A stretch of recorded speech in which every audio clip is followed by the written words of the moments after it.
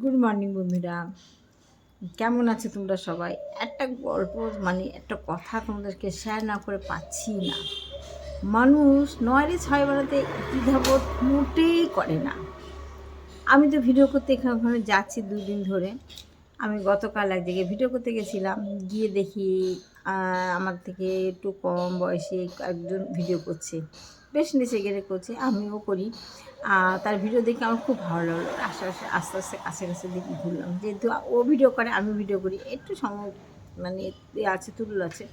গেছি কাছে, গেলে সে আমাকে দেখে দেখে শুনে বলছে, আরে আরে এই ভিডিওটা এক্ষুনি ছাড়বো, করলে 90,000 90,000 কমেন্ট তো পড়বেই, 90,000 লাইক তো পড়বেই।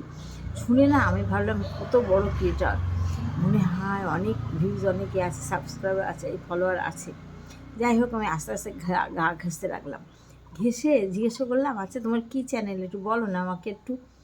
সে চ্যানেলের নামটা আমাকে বলে দিল। যথারীতি আমি চ্যানেলটা সার্চ করলাম, করে বাড়ি আসলাম। তখন আর দেখিনি। বাড়ি আসলাম, বাড়ি এসে তর্স হয়েছে না, কখন যে তার ভিডিওগুলো আমি দেখবো সেইটাই আমি ভাবছি। পাটা কোনো মতে ধুয়ে তাড়াতাড়ি করে তার ভিডিওটা খুলেছি, চ্যানেলটা খুলেছি।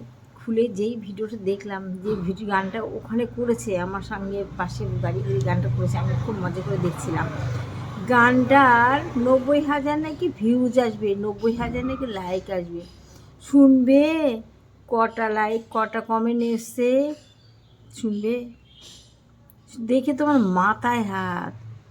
নটা নটা মাত্র 9টা লাইক, 9টা কমেন্ট এসছে। 90,000-এর জায়গায় 9টা।